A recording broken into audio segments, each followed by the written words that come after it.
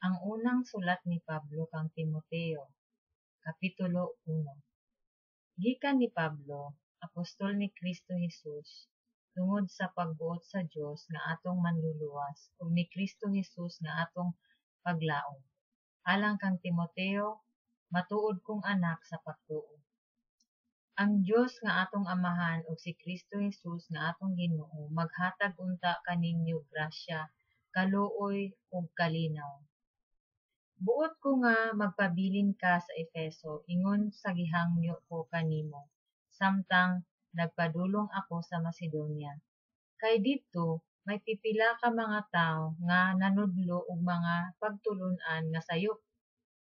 Og kinahanglan pahunungon mo sila.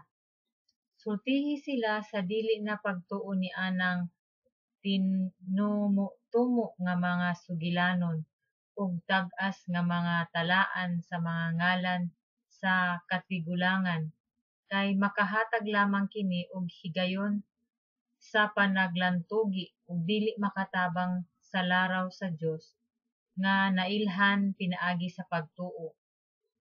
Ang tuyo niining maong pahimangno mao nga magbaton kamo gugma gikan sa usa ka putli nga kasing-kasing ug magbaton usab kamo malinis nga konsensya ug tinuod nga pagtuo. May pipila ka mga tawo nga namiya niini ug nahisalaag gumikan sa binuang nga panaglantugi. Buot sila nga mahimong mga magtutudlo sa balaod sa Dios, apan wala sila makasabot sa ilang gipanulti o sa mga butang nga gihisgutan nila uban sa dakong pagsalig.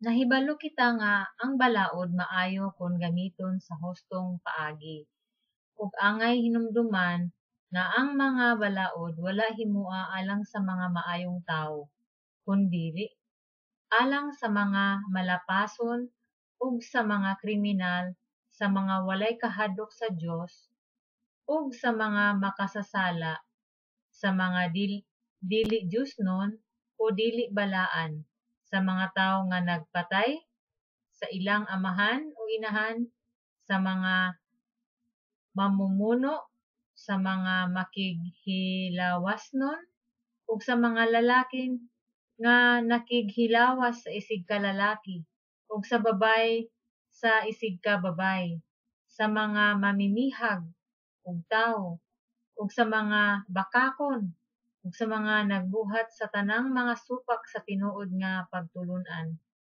Sumala sa ebanghelyo nga gitugyan kanako ang maayong balita nga gikan sa mahimayaon ug dalaygon nga Dios. Nagpasalamat ako kang Hesukristo nga atong Ginoo nga naghatag kanako kusog alang sa akong buluhaton. Gipasalamatan ko siya kay iya man akong giilang nga takos ug gitudlo aron mag-alagad kaniya.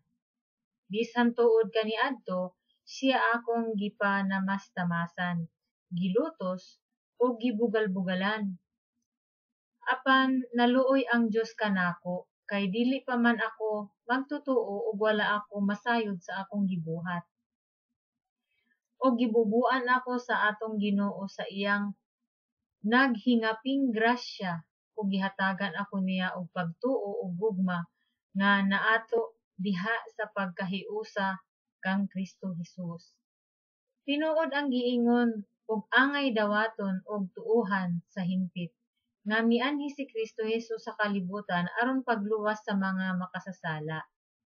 Ako ang labing daotan kanila, apan tungod niini gikaluy-an ako sa Dios aron ikadayag ang hingpit nga pailog ni Kristo Jesus sa iyang pagtratar kanako, ang labing daotan sa mga makasasala.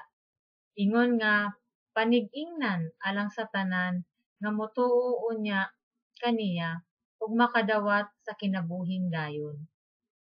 Alang sa hari nga walay katapusan, walay kamatayon ug dili makita, ang bugtong Dios kaniya ang dungog ug himaya hangtod sa kahangturan. Amen.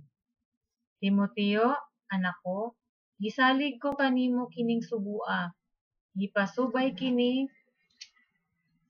sa panagna nga gihimo dugay na kaayo mahitungod kanimo. Gamita ang maong mga panagna nga imong mga hinagiban sa imong pagpakigbisog diha sa tinuoray nga pakig-away. Ug padayon sa imong pagtuo ug malinis nga konsensya.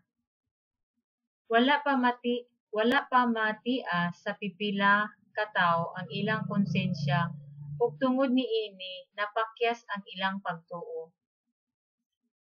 Nahilakip kanila si Himeneo ug si Alejandro nga gitugyan ko sa gahom ni Satanas aron makakaton sila sa dili na pagpasipala sa Dios.